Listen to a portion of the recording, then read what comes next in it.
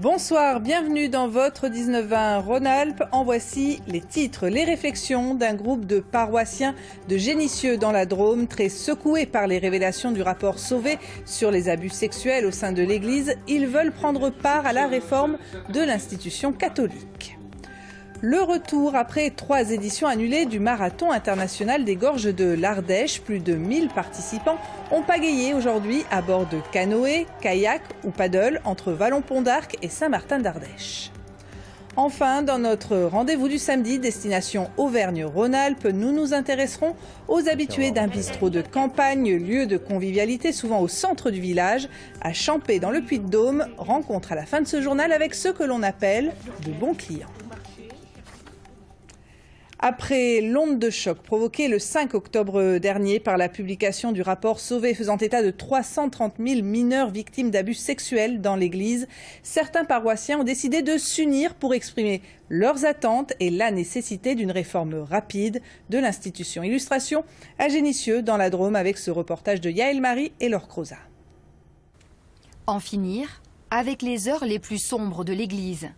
Ce soir-là, des paroissiens ont rendez-vous pour tenter d'éclaircir l'avenir de leur institution. Au menu, examiner les 45 recommandations du rapport Sauvé. Et très vite, la question de la gouvernance de l'Église, la sacralisation des prêtres, cristallise les débats. Essayez d'imaginer une Église où les fidèles aient autant de place que le clergé. Il a reçu un sacrement, certes, mais il ne faut pas qu'il y ait confusion entre ce sacrement et une espèce de super sacralisation. Oui, mais ça existe, n'empêche. Donc, moi, j'ai entendu des fois des personnes dire « Ah ben, il a reçu l'onction du Saint-Esprit, donc tout ce qu'il fait, c'est bien, quoi. » Et là, on se met le doigt dans l'œil. Un groupe de paroles aux propos vraiment très libres. L'Église a un vrai problème avec les femmes. Il faut quand même dire les choses telles qu'elles sont. Et avec le pouvoir des femmes. Surtout les femmes, attention, elles vont bien pour servir, mais pas officiellement, parce que ça, ce serait remettre en question l'Église catholique dans tout ce qu'elle a de masculin, de profondément masculin. L'ordination des femmes, le célibat des prêtres, aucun sujet n'est tabou. Parole après parole, chacun exprime ses attentes d'une institution religieuse plus en phase avec la société. Il y a une révolution en cours, c'est incontestable. Il y a une ouverture, là, vraiment. Ce qui se passe ici, c'est un truc que moi, j'ai jamais vu. Alors ça, c'est extrêmement positif. Ce que j'attends, c'est qu'on fasse la lessive. Car beaucoup ici ont été profondément bouleversés par l'ampleur des révélations de la SIAZ. Très vite, ce diacre a ressenti la nécessité d'une démarche de vérité soutenue par son curé. Je pense que pour reconstruire, il faut prendre conscience des ruines. L'Église, c'est notre vie, c'est une partie de notre vie. Et pourtant, je dirais, il faut admettre que oui, il y a des ruines, il faut déblayer largement. Leurs espoirs de réforme, ils vont les écrire à leur évêque, car ici tous sont intimement persuadés que l'Église doit entamer sa révolution culturelle.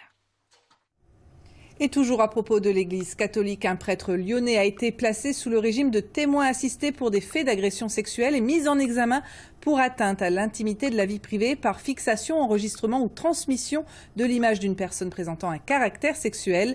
L'archevêque de Lyon l'a suspendu à titre conservatoire de toutes ses missions pendant la durée de l'enquête. Le parquet de Lyon a quant à lui ouvert une information judiciaire. Plus d'informations sur notre site internet aura.france3.fr. Alors que le salon Made in France se tient jusqu'à demain à Paris, dans notre région, des entreprises font le choix de proposer des produits issus de matières et de savoir-faire français. Il faut dire que la pandémie a aussi revalorisé les circuits courts, plus locaux. Un site de vente par Internet a même vu le jour pour mettre en relation producteurs et consommateurs. Dossier signé Daniel Pajonc et Bertrand Tang. Dans cet atelier de couture au sud-est de Lyon, on est un peu le chantre du Made in France. Ici, les tissus, les pièces qui entrent dans l'assemblage des produits finis sont fabriqués si possible dans la région. Seul le fil vient d'Italie. On ne voit pas les coutures et si on ne les voit pas, c'est qu'on ne les sent pas non plus. Non. Ok, super, c'est top. C'est parfait, je pense qu'il faut qu'on garde ce montage-là sur toutes les culottes. Ouais. Clémence a lancé sa gamme de culottes menstruelles il y a 2 ans. Au départ, la sous-traitance avait été envisagée au Portugal, mais la styliste a finalement trouvé la partenaire idéale pour une filière bleu-blanc-rouge. Depuis plusieurs mois, elle travaille avec Manon. Pour diviser par 2 les prix, son atelier s'est équipé d'une machine de découpe laser, un investissement indispensable pour coller à la demande. On a trouvé par hasard en fait cet atelier avec qui on a réussi à développer une manière en fait de travailler, notamment grâce à la coupe qui est en bas, qui économise de la matière et au modèle très basique, si je puis dire, de faire des modèles qui soient moins chers et donc d'arriver à un coût de 7 € TTC avec matière pour la production de chaque culotte. Pour faire exister la filière, il faut que l'ensemble des fournisseurs soient estampillés tricolores. On achetait chez un fournisseur français, mais le tissu n'était ni tissé ni teint en France. Donc du coup, avec près quelques mois de recherche, j'ai trouvé une bonneterie qui est aux alentours de Lyon. La quinzaine de salariés de l'atelier fabrique 1300 culottes par mois. Ces dernières semaines, de grosses chaînes de distribution ont frappé à sa porte pour se fournir en Made in France. Répondre positivement n'est cependant pas facile, le planning ne permet pas toujours d'être réactif. Du coup, on les met dans textile. Ah oui, ou dans produits d'hygiène. 6 familles de produits, 600 références de consommables, de la cuisine aux couches bio en passant par le slow cosmétique. Le site de vente simplement français a tissé sa toile pendant la pandémie. L'idée, c'est elle, Camille Girard, jeune diplômée d'une école de commerce responsable, hyper pointilleuse sur la traçabilité hexagonale. On a fait toute la traçabilité de toutes les étapes de la chaîne de fabrication qui est disponible juste là. Donc en fait, comme il y a une seule usine, tout est fabriqué au même endroit, donc dans ce cas-là, c'est très simple. Et donc on voit effectivement la transformation des matières premières, la fabrication, l'assemblage, le lieu où sont réalisés les tests, le conditionnement, l'étiquetage et aussi l'expédition. Avec ses fournisseurs, la jeune start-up mise sur la loyauté, une aide aussi pour les faire connaître. Pour cette prof d'économie, le Made in France n'est pourtant pas si simple qu'il y paraît. Il y a eu une forte croissance post-Covid. On a plus de 2/3 des Français qui déclarent avoir augmenté leurs achats de produits Made in France. Il faut arriver à, encore une fois, créer des bénéfices pour des consommateurs, donc arriver à valoriser ces offres en local en démontrant à des consommateurs ce qu'elles vont leur apporter. Et je pense que le Made in France, dans ce cadre-là, ou le Made in local, si on est sur des territoires plus petits, il va falloir avoir une réflexion plus large sur l'aspect éco-responsable du produit. Responsable, une équation à paramètres multiples ou comment conjuguer harmonieusement création d'emplois, salaire respectueux et prévention de l'environnement. Grosse frayeur ce matin pour des clients et vendeurs menacés alors qu'ils se trouvaient à l'hypermarché Auchan-Villard en périphérie de Saint-Étienne. Vers 9 h, plusieurs hommes encagoulés et armés ont braqué la bijouterie de la galerie marchande. Ils ont sévi en moins de 5 minutes et les malfaiteurs se sont enfuis avant l'arrivée des forces de l'ordre.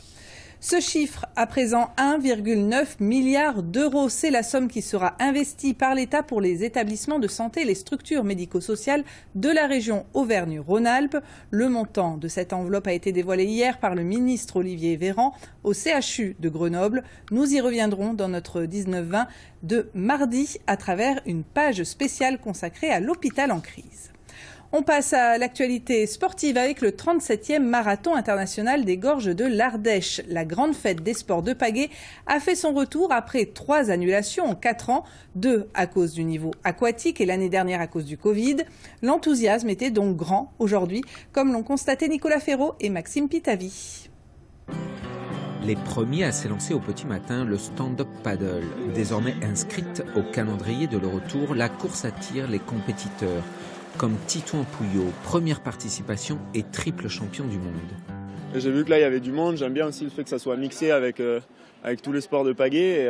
Et donc voilà, et puis il y a 70 concurrents, il y a quand même du niveau devant, on va bien se tirer la bourre. Autre départ, celui réservé aux gros bateaux, jusqu'à 12 personnes par embarcation, pour la plupart des licenciés des clubs de canoë. L'esprit est à la fête. Une première cette année, une équipe 100% féminine. Entre la Covid et un coup trop d'eau, un coup pas assez d'eau, on en a profité. Ça fait déjà une paire d'années qu'on avait prévu de faire cette embarcation. On s'amuse bien entre nous et on s'entend bien. Voilà, on avait envie de le faire ensemble. C'est une super descente, les gorges sont magnifiques, on va prendre du bon temps et on va bien rigoler, voilà, on est là pour ça. 1100 coureurs au départ, on est loin des années fastes avec près de 2000 participants. Mais toutes les conditions sont réunies, le libido est excellent, la météo clémente. On avait à cœur de relancer un marathon comme on l'a connu. On reste sur un marathon traditionnel avec des nouveautés bien sûr, on veut le faire grossir, on veut qu'il reparte et qu'il reprenne ses ailes. 200 bateaux au départ du Pont d'Arc. Et c'est parti pour 27 km de descente. À Saint-Martin d'Ardèche, l'arrivée des champions, la 3e épreuve, elle est réservée aux professionnels. C'était dur, mais bon, c'est ça qui est plaisant aussi, c'est quand on arrive, on est satisfait de ce qu'on a fait et on a pris beaucoup de plaisir dans ce cadre magnifique. C'est la fête du kayak, la dernière course de l'année, là où il n'y a plus vraiment de pression de préparation pour une autre échéance. Une descente pour le fun et pour se retrouver entre compétiteurs. Pas moins de 17 nations présentes ce week-end à Vallon-Pont d'Arc, la Mecque du canoë. Côté football, tout d'abord, ce résultat élimination de Saint-Cyr-Collonges au Mont-d'Or au 7e tour de la Coupe de France. Pas d'exploit donc. La hiérarchie a été respectée puisque le club de Régional 3 s'est incliné cet après-midi face à Grenoble qui évolue en Ligue 2, le score de buts à 1. Football encore, mais féminin cette fois avec la confirmation du match opposant l'OL au PSG demain soir au Groupama Stadium de Dessine. L'équipe parisienne demandait hier le report de la rencontre suite à l'affaire Kéra Amraoui. Cette joueuse frappée aux jambes la semaine dernière. On ignore encore qui a commandité son passage à tabac et pourquoi. 2 autres joueuses avaient été entendues de longues heures avant d'être relâchées. Le club francilien considère ne pas être dans les meilleures dispositions pour affronter les Lyonnaises, mais la Fédération française de football a refusé la demande du PSG. D'ordinaire, le festival solidaire Soupe en Scène se déroule en hiver. Mais cette année, la pandémie a reporté à cet automne l'événement organisé par le chef lyonnais Fabrice Bonneau. Au menu, place de la République jusqu'à ce soir, 20h, des litres de soupe, bien sûr, mais aussi des animations. Les fonds récoltés seront reversés aux personnes démunies du foyer Notre-Dame des Sans-Abri. Farid Haroud et Jean-Marc Noutnouk. C'est comme une recette de saison qui revient au temps froid. Des légumes épluchés, l'équivalent de 7 palettes. De la soupe à vendre, une scène pour y chanter et une tête d'affiche pour une cause. Soupe en scène, quoi. Le principe de Soupe en Scène, c'est un rassemblement à la fois populaire, festif, convivial, où je réalise à peu près 4000 litres de soupe chaque année qui sont vendus pour aider le foyer Notre-Dame des Sans-Abri.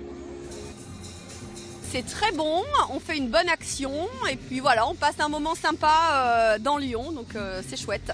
Oh, j'en suis à mon 2e verre, mais je pense que ça vaut le coup. Hein.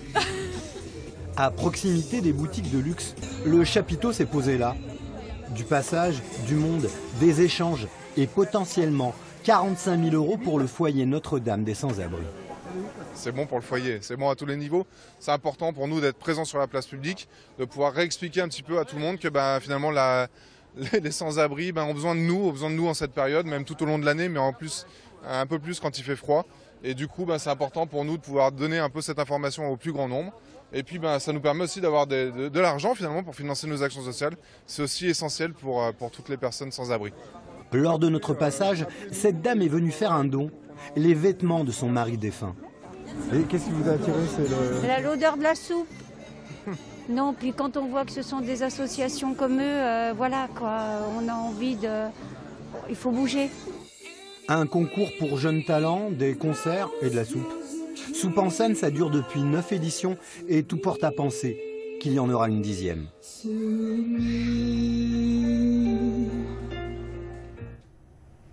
Votre rendez-vous du samedi Destination Aura vous propose aujourd'hui une immersion dans l'ambiance d'un bistrot de campagne. Certains de ces établissements ont bien du mal à survivre face à la désertification, mais les jours de marché, le temps d'un verre ou d'un café, le lien social se retisse. Illustration à Champé dans le Puy-de-Dôme avec Jérôme Doumingue, Stéphane Mocosé et Simon Gasto.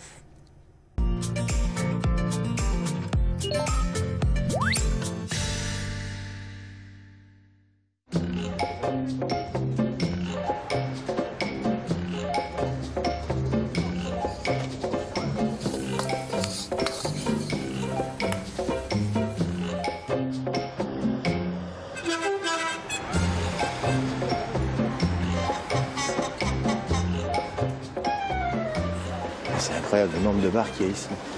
Bonjour monsieur. Bonjour. Je suis étonné du nombre de bars qu'il y a ici à Champé. C'est incroyable. Oh, mais il y a eu plus que ça. Il y a eu 14 bistrots à Champé. 14? Je vous parle en 56. Il y avait même monsieur Durif qui taillait les choux et qui vendait des canons. À l'époque. Ah bon? Il était coiffeur? Oui, enfin il faisait le coiffeur. Et barman. Et barman. Bon, je ne vais pas vous raconter de bobards. Ah tiens, on va rentrer là. Mais moi, les cafés, c'est pas ma tasse de thé. Viens.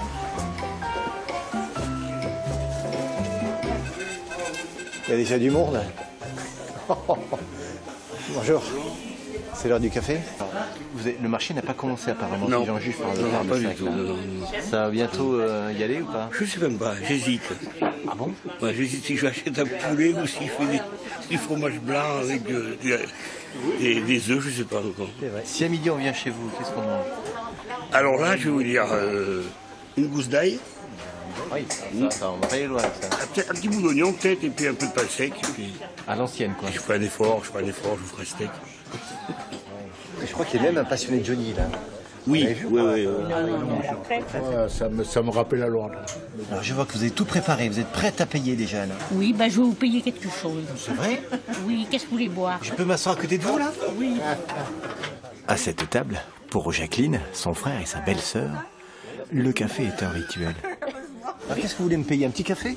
Oui, un petit café. Ah, je veux bien, ouais. Nathalie, un café pour le monsieur, s'il vous plaît. On vient en famille ici? Oui, on vient tous les 15 jours. Et pourquoi vous venez tous les 15 jours? Parce qu'on vient au marché chercher du fromage. Il est impressionnant, votre frère. Ah bon? Il est impressionnant, il a un look d'enfer. Ah bon, oui, mais il a toujours eu le look d'enfer. Façonnier de Johnny, il l'a vu je sais pas combien de fois. Quand c'était pour l'enterrement de Johnny, j'ai fait ma larme. Quand il a appris le décès de Johnny Hallyday, le jour même, il a été faire sa larme. J'ai appelé mon tatoueur, je lui ai dit il faut me faire une larme, je monte à l'enterrement de Johnny. Vous chantez Johnny, vous, Jacqueline? Vous J'ai l'aimez eu chanter, mais maintenant je chante plus. Moi j'étais plutôt sur... Claude François. Claude François. Ah oui? Moi j'étais plutôt sur ça. Merci pour le café. Ouais, de rien. On se revoit dans 15 jours. Si vous êtes là, je payerai le café. Hein. C'est qu'ici, la générosité arrose toutes les tables, sans en oublier aucune.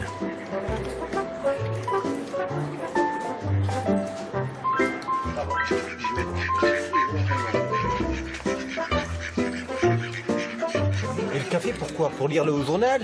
Oui, d'une part, parce qu'on passe à la librairie régulièrement. Et pour la convivialité aussi. On aime bien voir du monde, on ne peut pas rester terré chez nous comme des ours. Vous avez l'habitude de faire parler les gens comme ça? C'est votre métier? Je vous embête avec mes questions? Pas du tout. Ouais, moi, j'aime bien faire du rentre-dedans comme ça. C'est ma façon d'être convivial. Ouais. Si ça pique dedans, dehors, ça gratte. Ça a gagné? Comment? T'as gagné 100 millions. Rien. Que dalle? Que dalle. 100 millions, il a gagné. Comme d'habitude. Faut pas être accro. Alors que la balayette, tu peux enregistrer. C'est pas pour aujourd'hui la tournée. Ah non, même pas moi. À l'heure de quitter ce petit théâtre vivant, au revoir. Je me dis que finalement, le spectacle valait bien le détour. Dans quelques instants, la météo, puis le journal national qui reviendra sur les commémorations des attentats du 13 novembre, 6 ans après, un hommage très particulier alors que le procès doit durer plusieurs mois encore. La recrudescence de l'épidémie de Covid en Europe, la France ne fait pas partie des 10 pays où la situation est jugée très inquiétante par les autorités sanitaires européennes. Pour autant, la campagne de vaccination a été relancée depuis l'allocution mardi d'Emmanuel Macron. Le cap des 4 millions de doses de rappel a été franchi. Enfin, ne manquez pas, demain, l'émission spéciale Dimanche en politique. L'invité sera le ministre de la Santé, Olivier Véran. À suivre sur notre antenne, ce sera dès 10h50. Quant à moi, je vous donne rendez-vous à midi. En attendant, très belle soirée à tous.